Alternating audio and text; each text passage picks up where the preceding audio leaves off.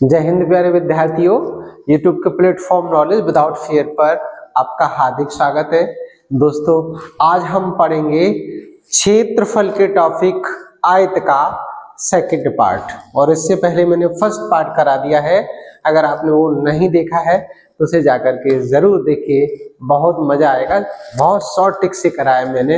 अब इसके बाद हम देखेंगे इसका सेकंड पार्ट, और देखिए सेकंड पार्ट में आपके लिए हम ऐसे क्वेश्चंस लेकर के आए जो बार बार एग्जाम में आते हैं। तो देखिए पहला क्वेश्चन क्या है। ये बैंक पीओ 2006 में पूछा गया है, और देखिए क्वेश्चन में क्या कह रहा है कि एक भूखंड की लंबाई तथा चौड़ाई का अनुपात क्रम से 3:2 है। यदि इसकी चौड़ाई लंबाई से 40 मीटर कम है तो भूखंड की परिमिति क्या है। सबसे पहले हमें क्या लिखना है यहाँ पे।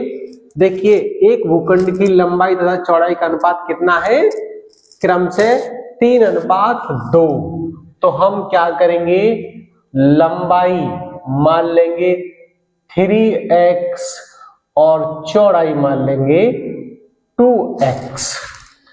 अब क्या करना है, यदि इसकी चौड़ाई लंबाई से 40 मीटर कम है तो कंडीशन क्या दे रहा है कि जो चौड़ाई है वो लंबाई कितनी है, L कितनी कम है, 40 कम है।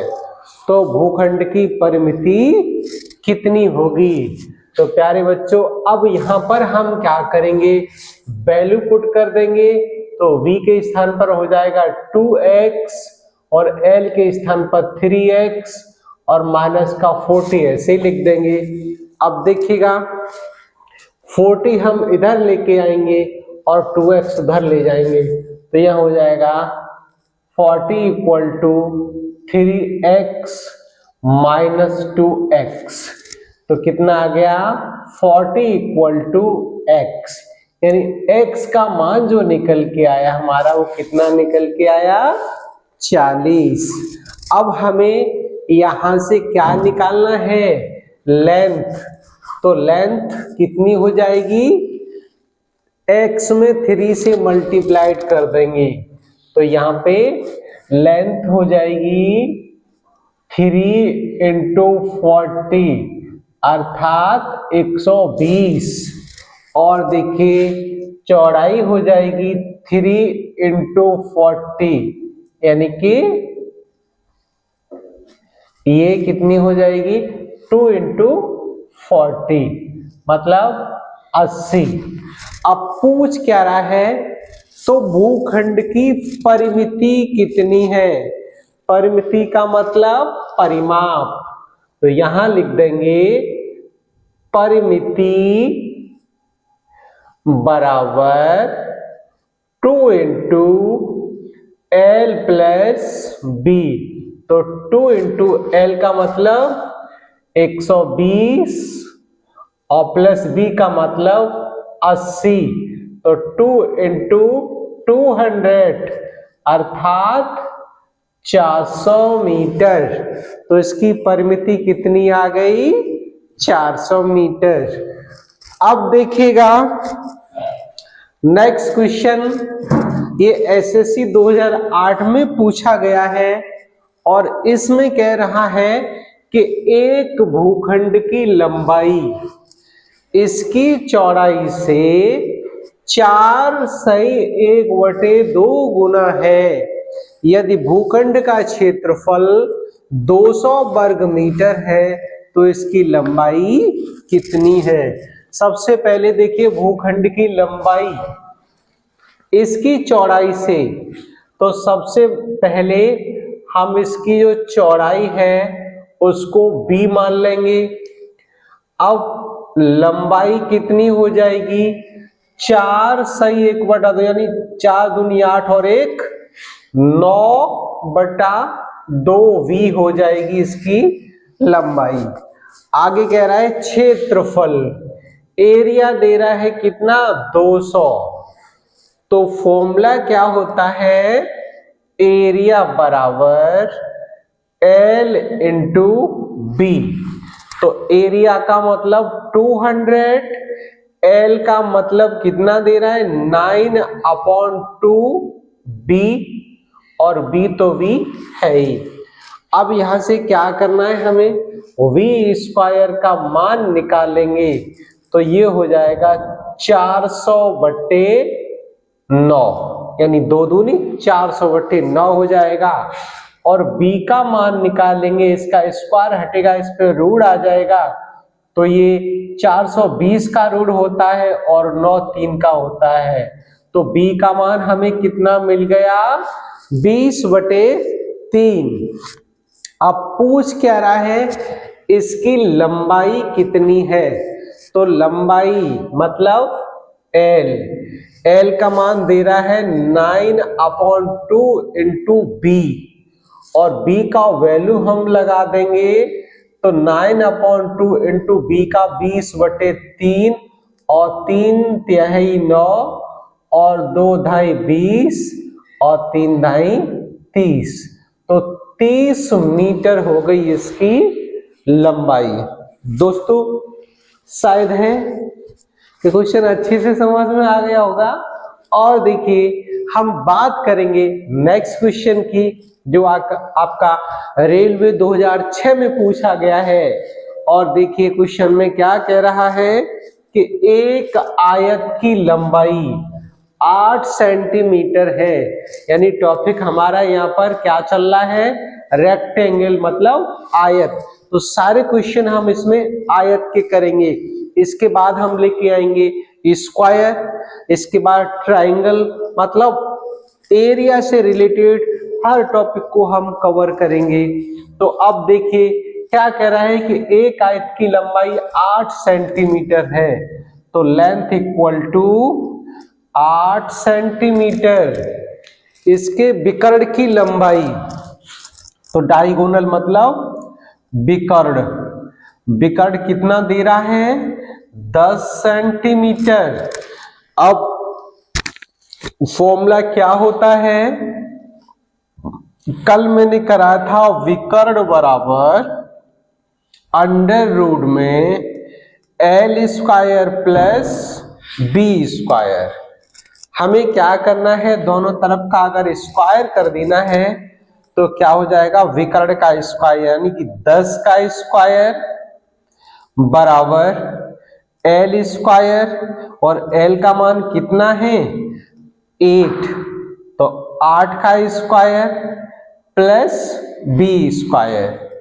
अब यहां से 10 का स्क्वायर 100 हो गया, 8 का स्क्वायर 64 हो गया, और यहां रह गया बी स्क्वायर।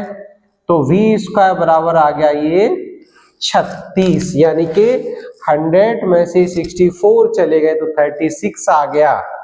अब v का अगर हम मान यहां से निकालते हैं तो v का मान निकल के आएगा हमारा 6 निकल के आएगा। अब पूछ रहा है आयत की परिमिति, यानी कि find the parameter of rectangle.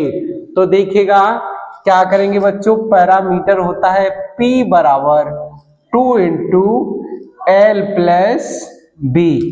तो पैरामीटर इक्वल टू 2।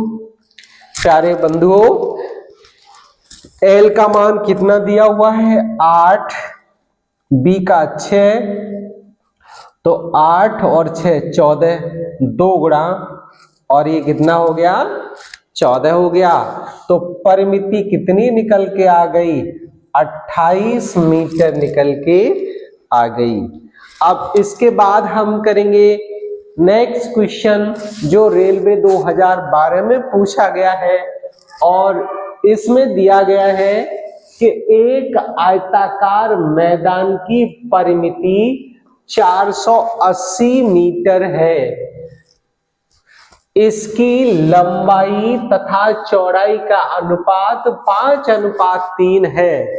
तो मैदान का क्षेत्रफल कितना है, आपको क्या करना है, मैदान का क्षेत्रफल निकालना है। तो सबसे पहले देखिएगा प्यारे बच्चों परिमिति दे रहा है कितनी, परिमिति दे रहा है 480 मीटर और लंबाई कितनी है 5x और चौड़ाई कितनी है 3x।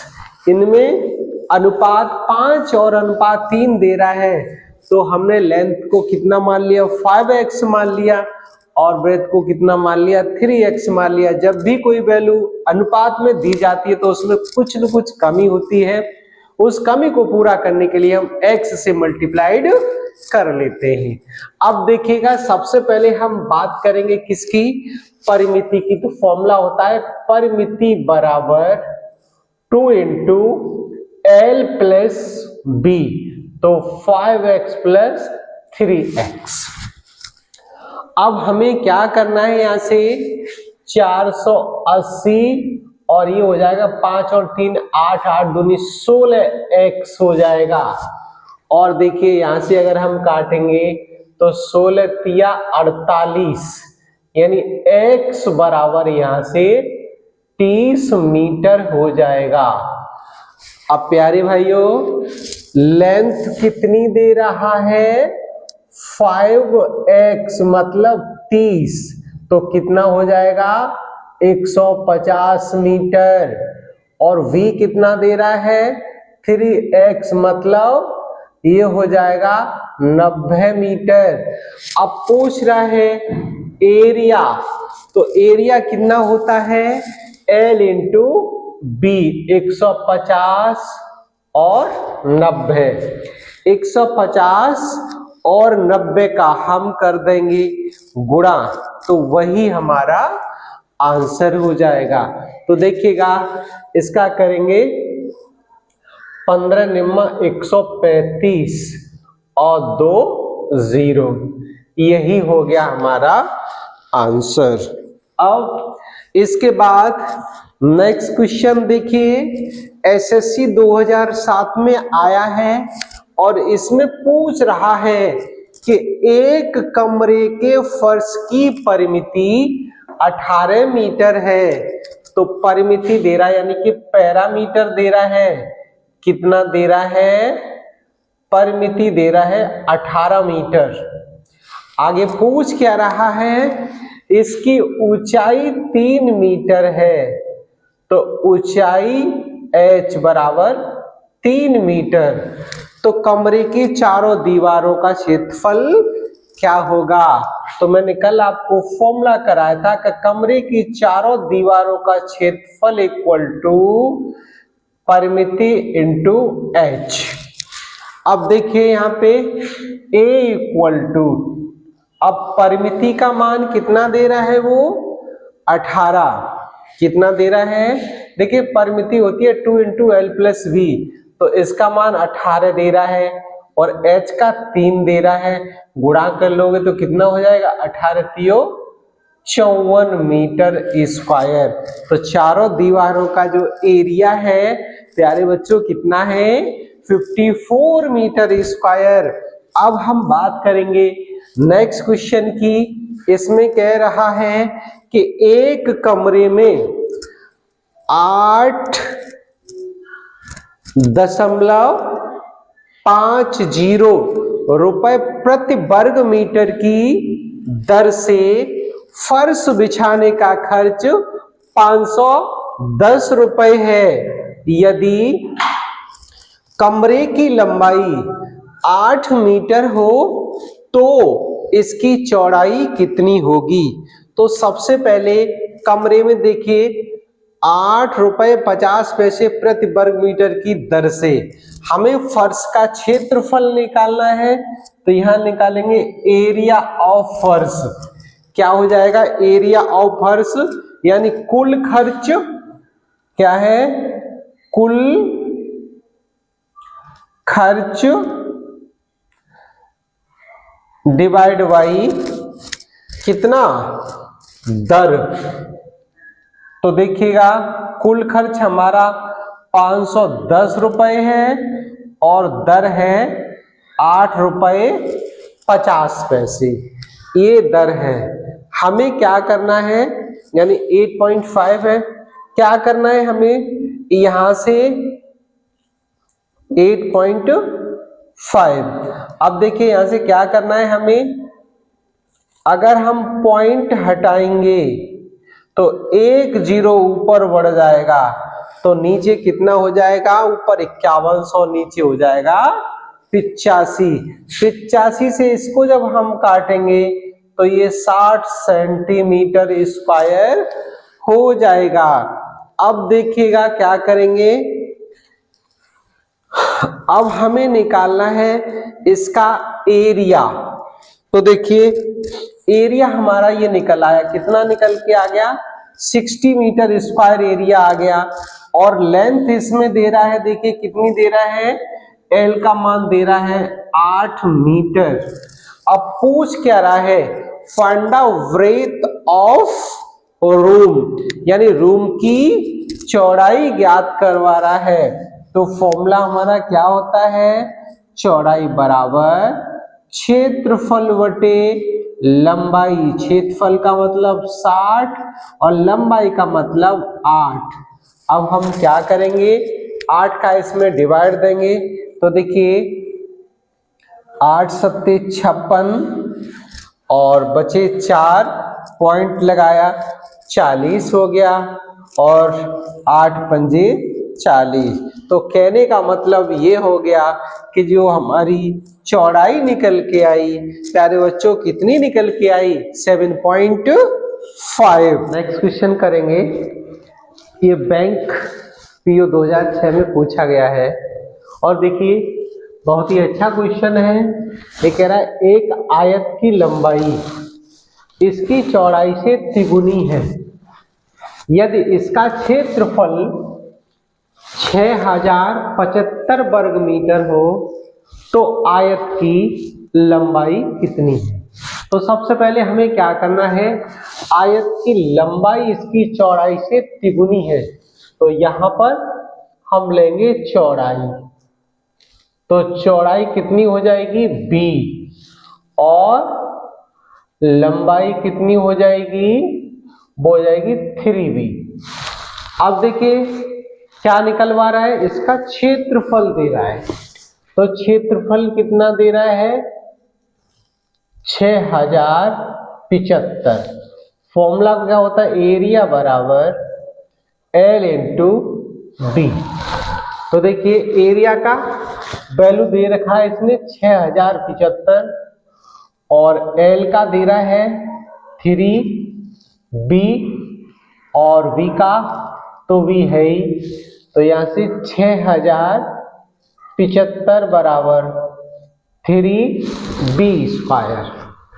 अब हमें क्या करना है, 3 से इसको काट देना है, तो देखिए कट जाएगा, 3 दूनी 6, 3 दूनी 6 और 3 5 15, यानी b स्क्वायर बराबर आ गया 2025।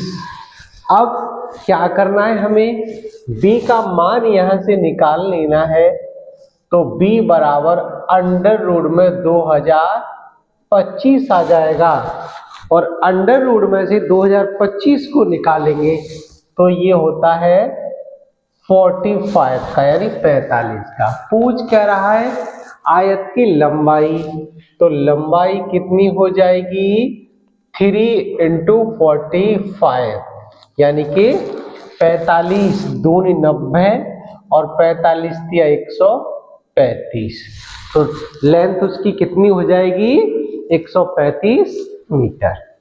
अब देखेंगे नेक्स्ट क्वेश्चन, ये CPOSI 2012 में आया है।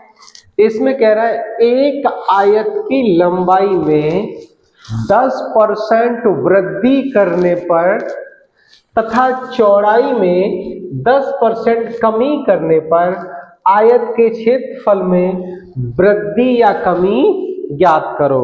तो देखिए दोस्तों, अगर हम इसको साधारण विधि से करेंगे तो बहुत लंबा जाएगा और हमें टाइम भी ज्यादा लगेगा, बट हमें क्या करना है, इसको शॉर्ट ट्रिक से करना है।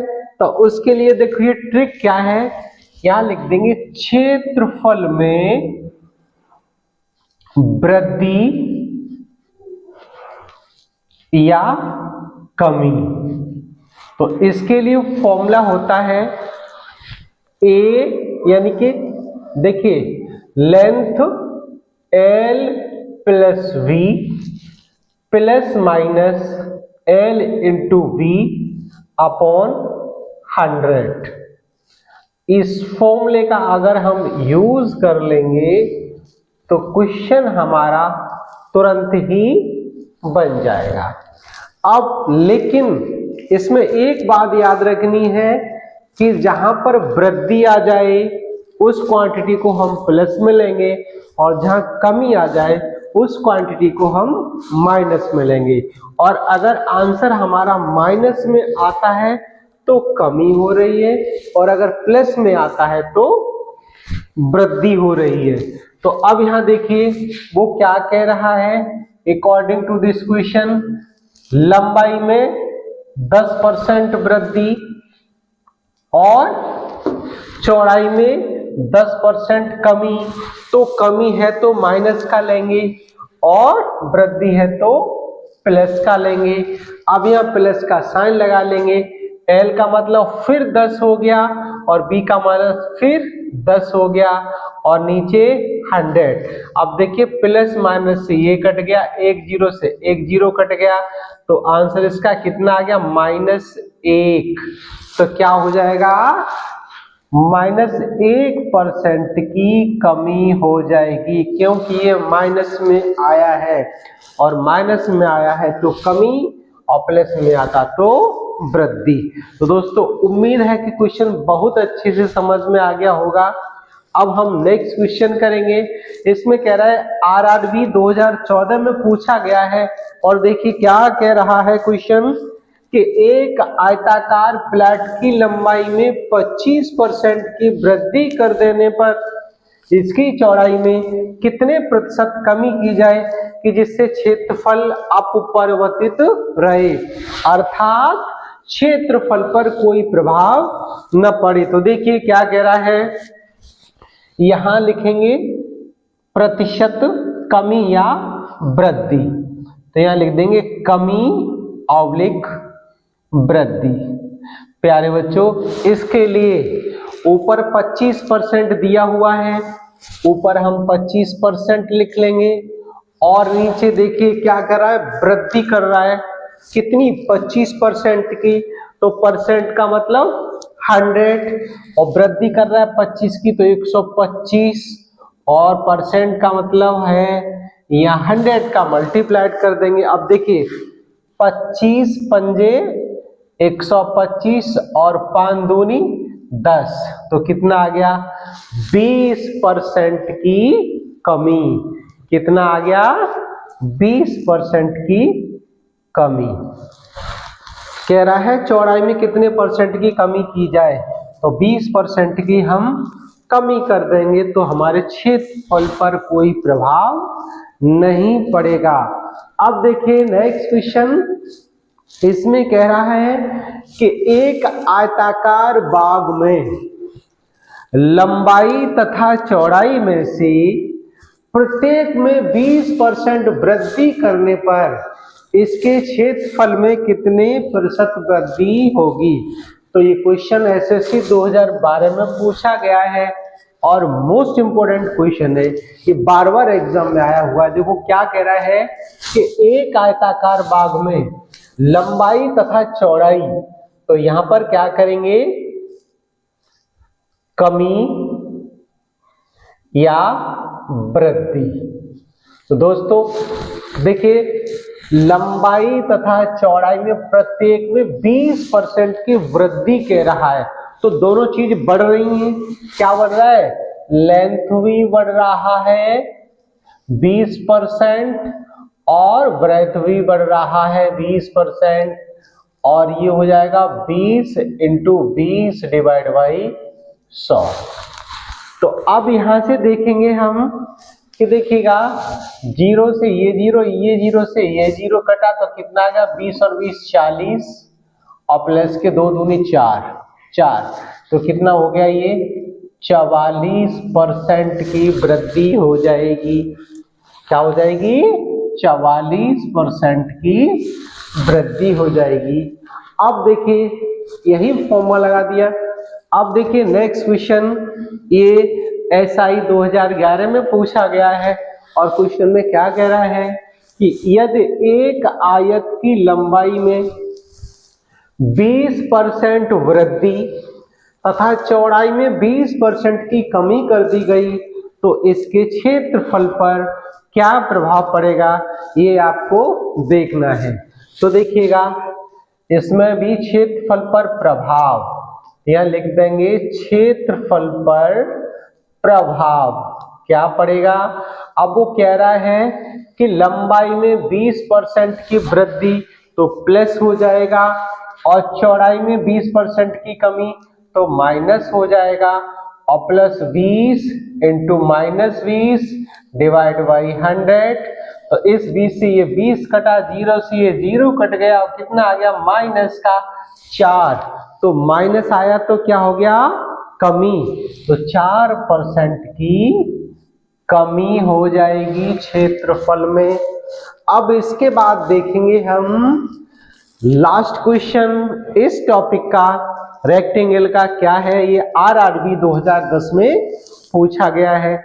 इसमें कह रहा है क्वेश्चन 12 में एक कमरा 12/1/4 मीटर लंबा, तो उसकी लंबाई कितनी हो गई 12 चौक 48 और 1 49/4 लंबा तथा 7 मीटर चौड़ा, तो इसकी जो चौड़ाई थी वो कितनी हो गई 7 मीटर। इस कमरे के फर्श पर वर्गाकार टाइल्स लगानी है। क्या लगानी है? टाइल्स लगानी है। तो यदि इन टाइल्स की संख्या पूर्ण हो तो आपको क्या करना है, ऐसी प्रत्येक टाइल्स की अधिकतम लंबाई क्या होगी, तो लंबाई निकालनी है।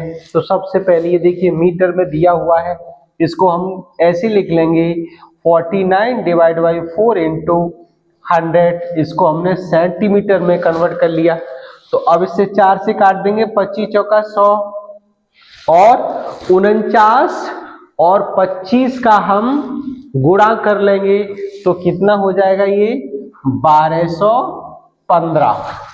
अब देखिए 1225। अब देखिए क्या करेंगे, नेक्स्ट जो चौड़ाई 7 मीटर दी हुई है इसको भी सेंटीमीटर से करेंगे तो 100 से मल्टीप्लाई करेंगे तो कितना हो जाएगा ये 700 सेंटीमीटर। अब हमें क्या करना है, वो कह रहा है यदि इन टाइल्स की संख्या पूर्ण हो, जब संख्या पूर्ण से है और एक टाइल्स निकलवानी होती है तो हम क्या करते हैं, दोनों संख्याओं का मासा निकालते हैं। तो जब इन दोनों का मासा निकालेंगे वही हमारा आंसर हो जाएगा। तो इनका मासा कितना हो जाएगा, मासा बराबर यानी कि किसका 1225 और 700 का मासा हमें निकालना है तो कितना आ जाएगा 175। और मासा मैंने बहुत अच्छे से शॉर्ट ट्रिक से निकालना सिखाया है, इसके लिए आप हमारी HCF और LCM वाली वीडियो को जरूर देखिए। और दोस्तों इस टॉपिक का पूरा पार्ट यही खत्म होता है। अब अगले दिन हम नेक्स्ट पार्ट लेके आएंगे स्क्वायर का। तो वीडियो को अधिक से अधिक दोस्तों में शेयर करिए, लाइक करिए और चैनल को सब्सक्राइब करिए, जिससे हम आपके लिए नए नए वीडियो बना के ला सकें। जय हिंद।